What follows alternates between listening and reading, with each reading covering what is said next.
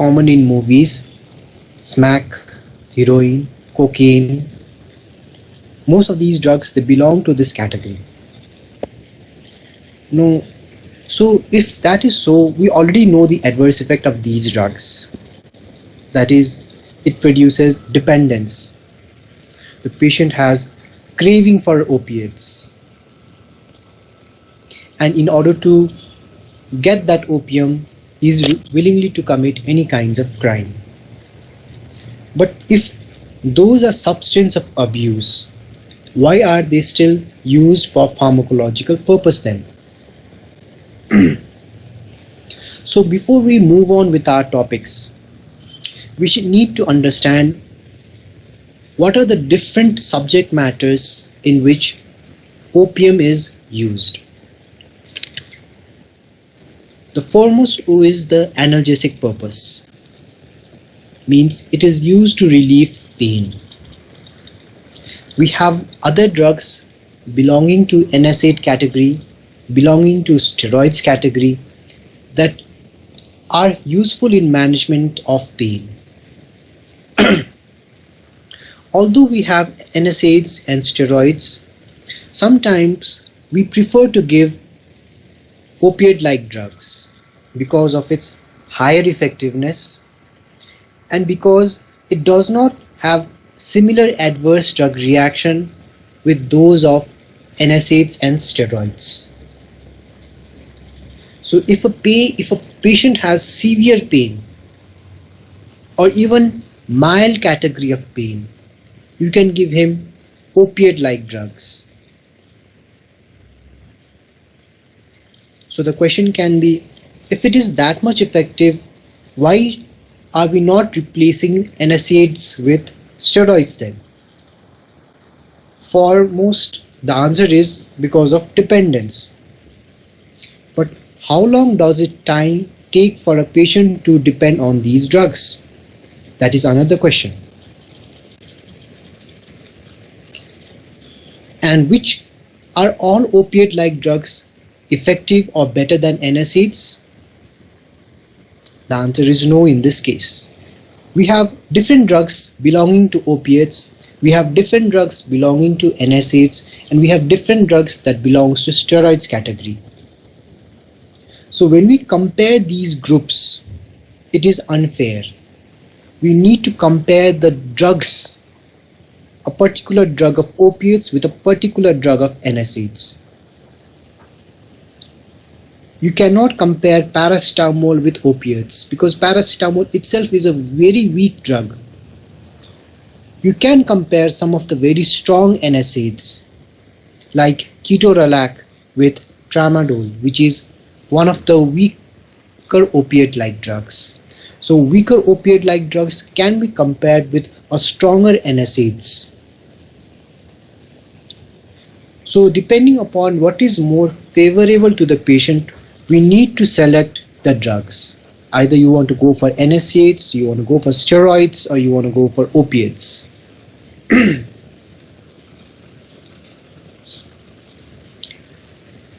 Other than analgesic purpose, it is also used for cough suppression. We have other drugs. We have bricabimum, we have bromhexine, we have this lozenges like strepsils. We have lots of drugs that suppresses cough. But among those drugs, we have fewer drugs that belong to opiate category and very effective in suppressing cough.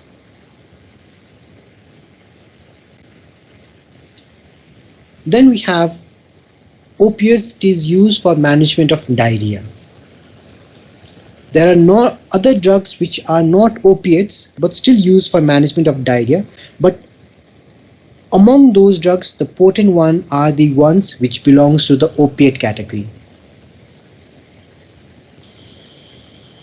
Then we have opiates that is used to relieve the symptoms of pulmonary edema. Pulmonary edema is a condition in which there is accumulation of fluid in the lung, basically associated with cardiac failure. When heart stops to work, it stops to pump the blood, so So the blood returns back to the lungs, filling up the lungs, giving rise to pulmonary edema. So in that case also we have opiates. But here the mechanism of action to relieve pulmonary edema is different. It is not going to bind to the opiate receptor, but instead in this case it is going to release histamine that produces vasodilation. And because of this vasodilation, the patient has symptomatic relief from the symptoms of pulmonary edema. Other than this, it is also used as a pre-anesthetic medication. Means if the patient is very anxious before going to the surgery, before going to the OT, then in such patient, opiate-like drugs are given to produce slight amount of sedation to decrease his anxiety level. So among the questions that can be asked, the theoretical questions can be list few indication of opiates. So we have analgesic, we have cough suppressant action, we have antidiarrheal action, we have opiates to reduce the symptoms of pulmonary edema, and we have opiates that are used for pre-anesthetic medication. So these are the different therapeutic uses of opiates. Now let us classify opiates. In book we have different opiate drugs, some belonging to a particular group, but here we have simplified it as just few of them, like natural, semi-synthetic, synthetic, and a different category that is known as opiate agonist as well as antagonist combined, and a partial agonist. The drugs that come under the natural category are the morphine and codeine. The drugs that come under semi-synthetic category is the heroin, whose other name is diacetylmorphine, and the opiates that belong to the synthetic category are fentanyl, diphenhydramine, loperamide, methadone, dextromethorphan. And the drugs that belong to opiate agonist and antagonist category is pentazocine, whereas the opiates which have partial agonist action is tramadol. Can someone tell me what is partial agonist?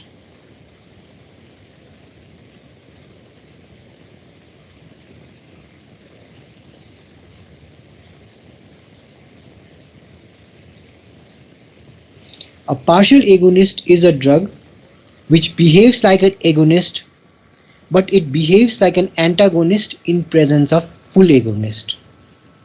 So partial agonists produce slight activity, not full activity, but slight activity. Now whatever drugs I have mentioned in this classification, they are important from clinical aspect, because morphine, codeine, heroin, fentanyl, dextromethorphan, loperamide, methadone, pentazocine, tramadol, all of them are the drugs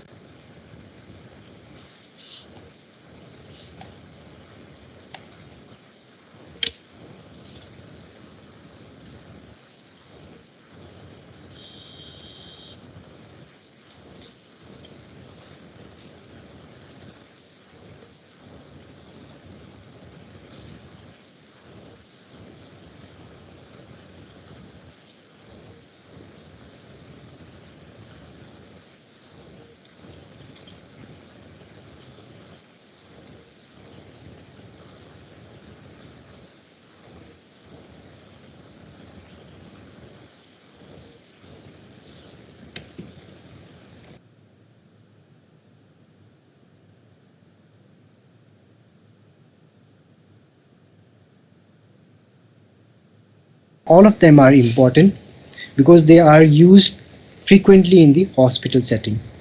Now among these drugs, if I want to ask any question from dental point of view, then I would be asking from this drug tramadol, because Sir, tramadol हजुर sir slide देखिएको छैन. ए हस् म try गर्छु ल.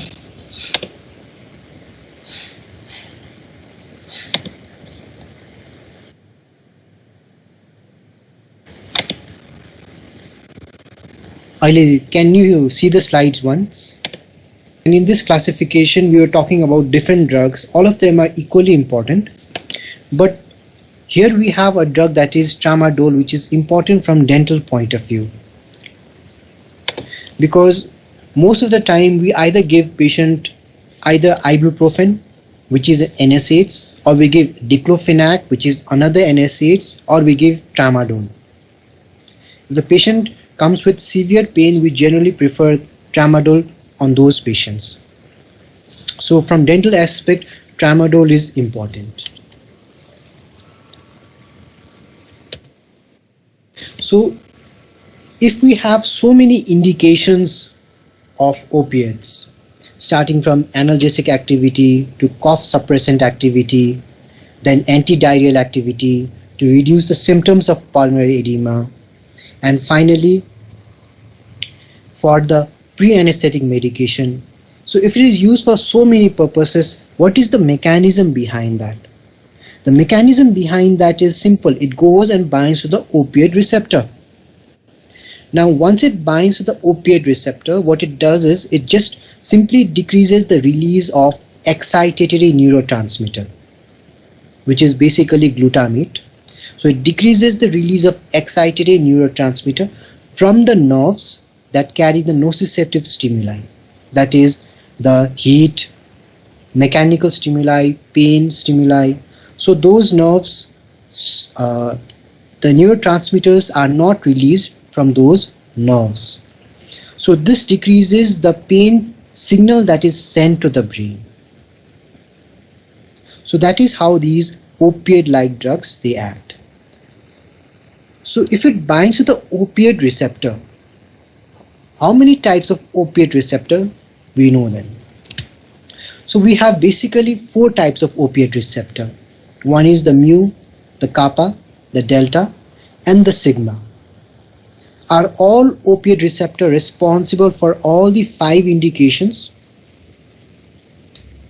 Well, basically the answer is no. That is why we have a different category. We have kept it under opiate agonist and antagonist, or opiate partial agonist. Why that category is there? Because those drugs might be antagonist to mu receptor, but it will be an agonist to kappa or delta receptors. And the partial agonist can be just binding to one of the receptors and producing little bit of partial effect. So that is why we have the different category, that is the opiate agonist, antagonist, and partial agonist. Now these receptors, they have their own role, but because our main purpose is to understand the analgesic action of the opiates, we will see the effect of different opiate receptor on analgesia. That is, if you look at the mu receptor, this is the strongest opiate receptor because it will produce analgesic effect from the peripheral aspect, from the spinal aspect, as well as from the supraspinal aspect. So the drug or the opiate that binds to the mu receptor will have a very good analgesic action because it is going to block the pain pathway from every aspect, whereas the opiate that is going to bind to the delta receptor only will only produce action on the spinal aspect, whereas drugs that bind to the kappa receptor will have no effect on the supraspinal aspect. So here we find that the mu opiate receptor is very potent when it comes to analgesic action.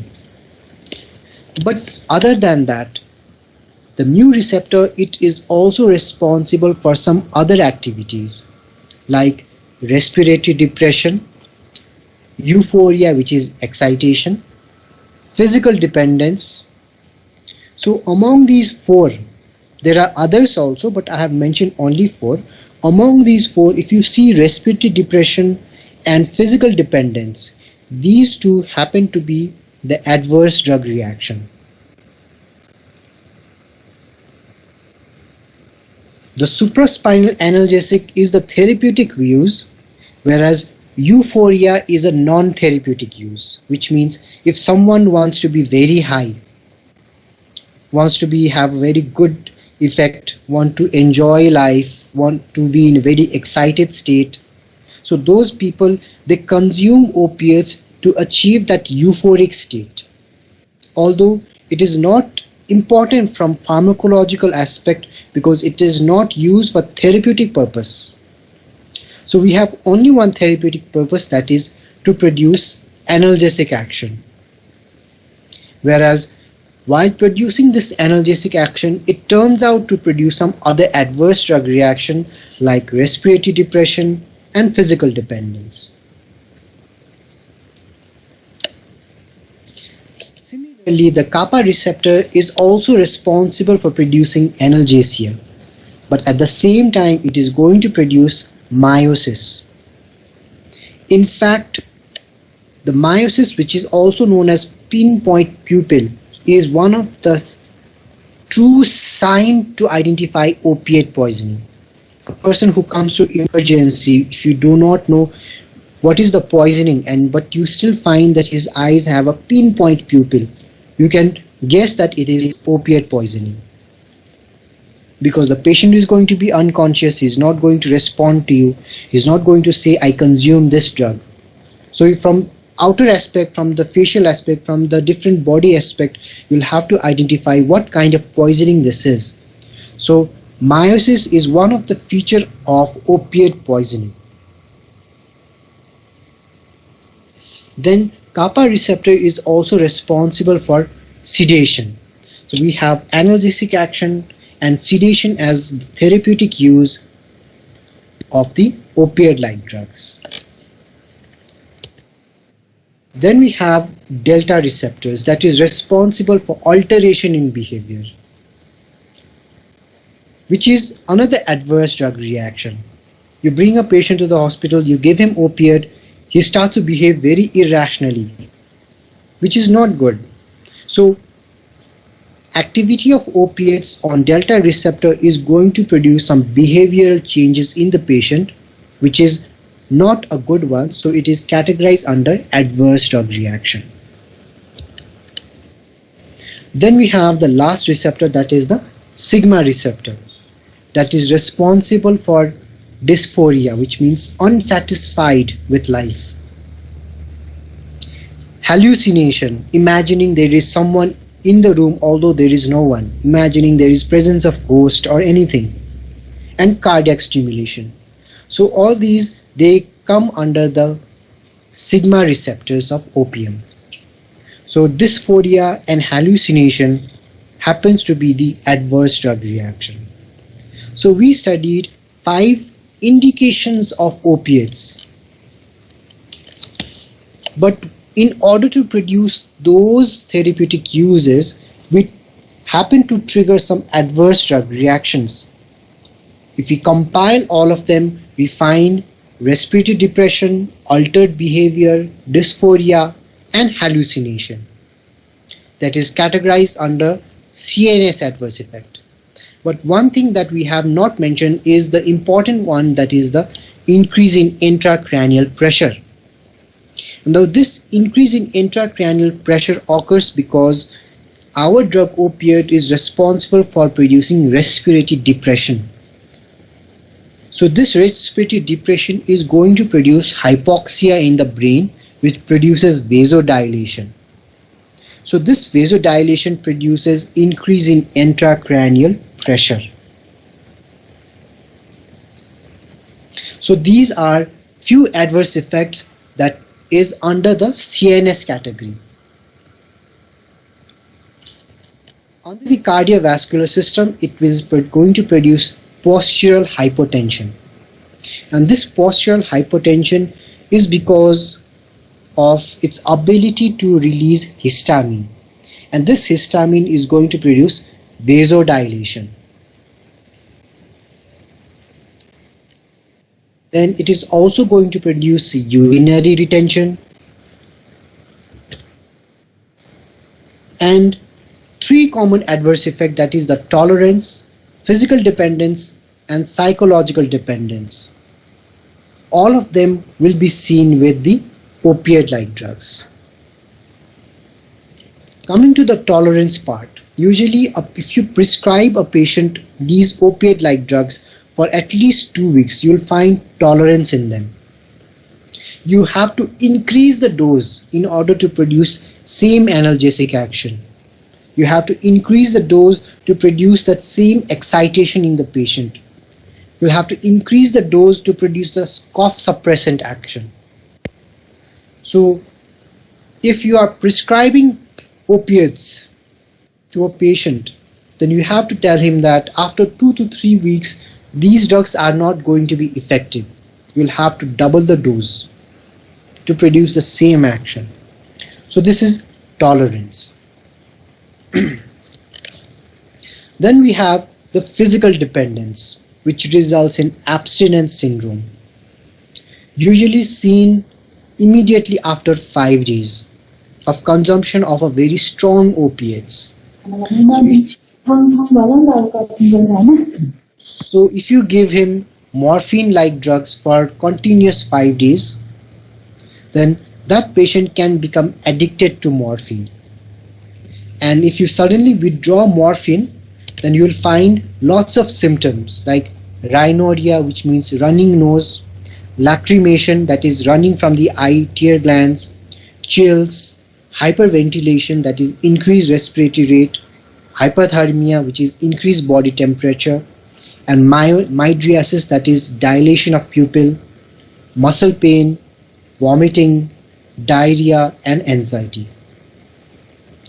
So these are the symptoms which can precipitate if you suddenly withdraw a very strong opiates.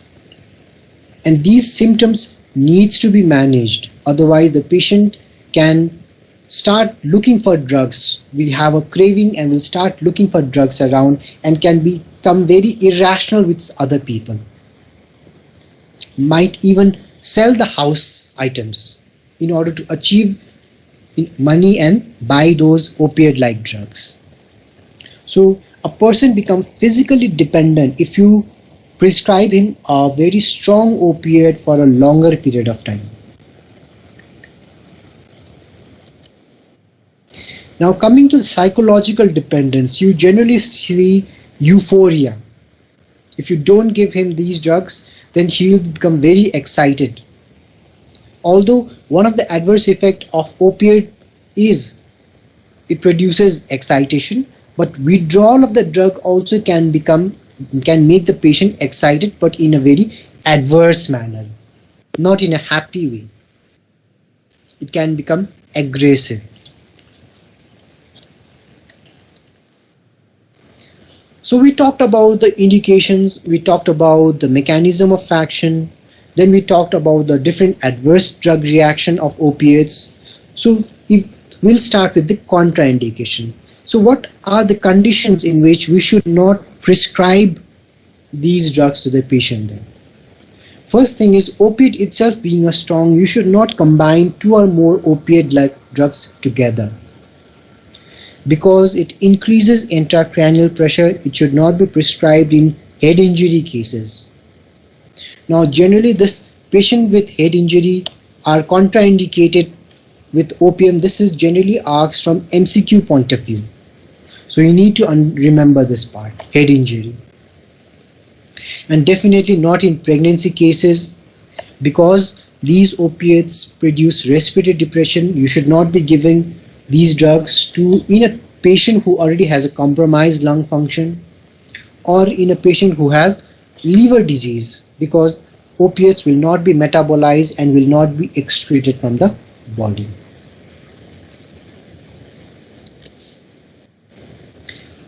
Other than that, we have some pharmacological action which is important from MCQ point of view, not from clinical aspect but from MCQ point of view, like cough suppression, because it suppresses the nucleus of Tractus solitarius.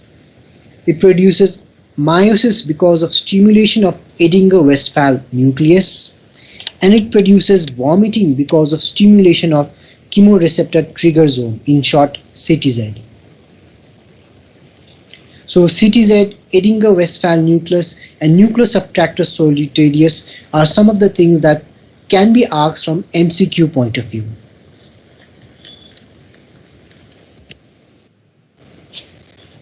The opioid-like drugs also has endocrinal adverse effect. It releases ADH, which is an antidiuretic hormone that is responsible for decreased urine formation. It is also responsible for release of prolactin. It is also responsible for release of somatotropins, and it also inhibits LH hormone.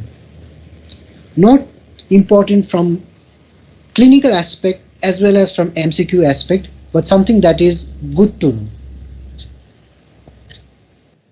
It also decreases GI peristalsis. That is why it is used for management of diarrhea. It also produces decreased renal flow as well as increase the spinster tone, leading to retention of urine.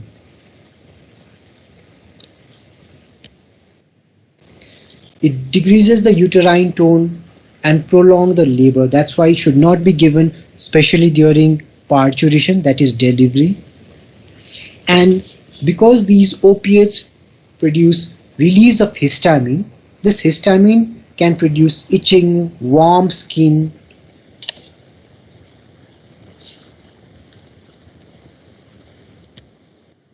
Now coming to the pharmacokinetic parameters of opiates. Opiates are given via various routes from oral, subcutaneous, intramuscular, because they are well absorbed from all aspects. Once absorbed, it is distributed well and goes into the liver for metabolism. So in a patient who has a liver disease, the metabolism is slowed and the patient can develop toxicity to opiates. So the metabolite that is formed by the liver later has to enter the kidneys for complete renal elimination. Now we move to the different category, that is opioid agonist and antagonist category. So why this category is there?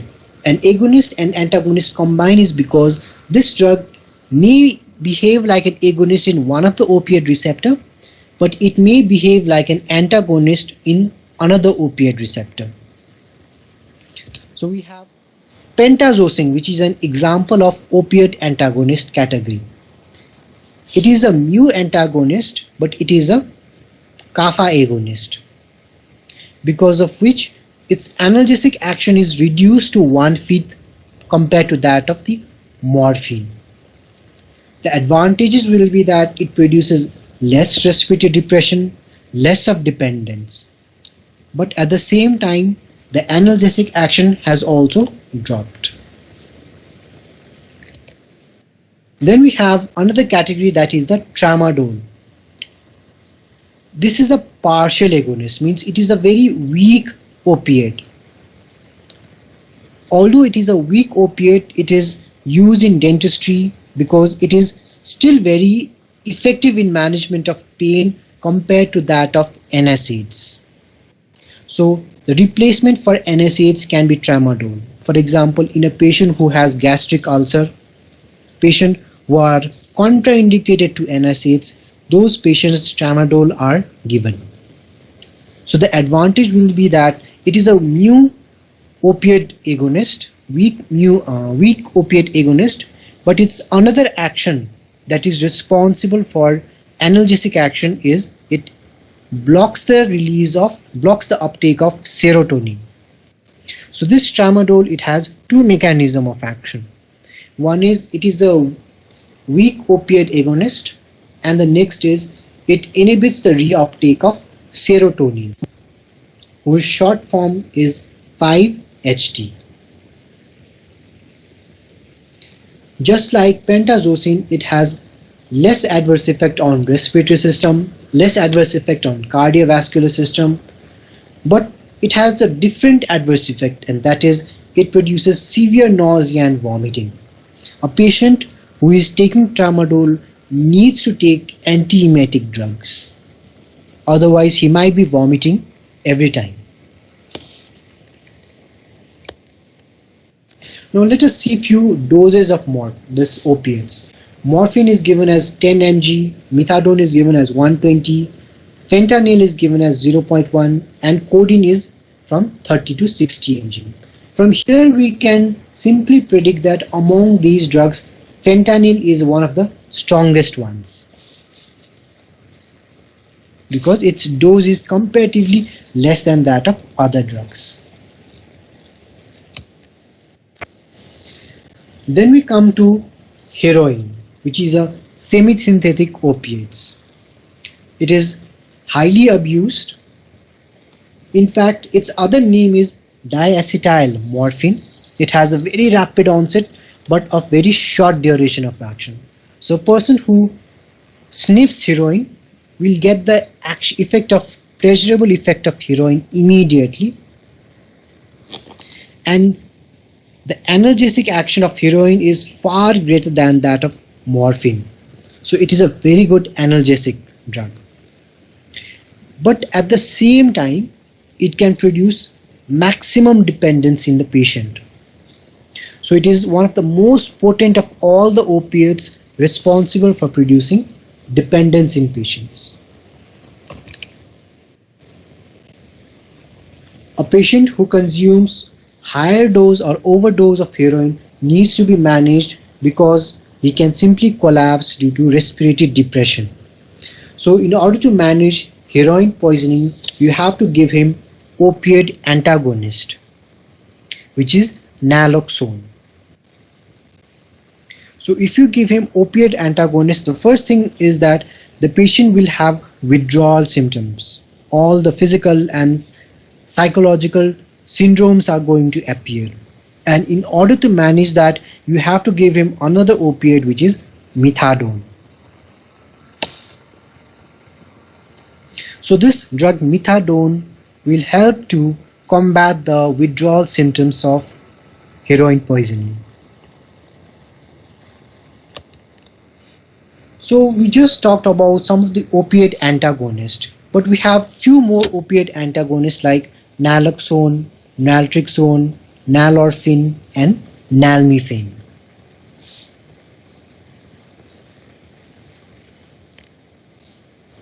They reverse the action of opiates within a very short time frame, that is 2 to 3 minutes, but at the same time it can also produce withdrawal syndromes. So these withdrawal symptoms needs to be managed with methadone like drugs. The indications of opiate antagonist are in case of acute opiate overdose, heroin overdose, and also for maintenance of drug addicts. So with this we finish opiate agonist and antagonist. Is there any questions?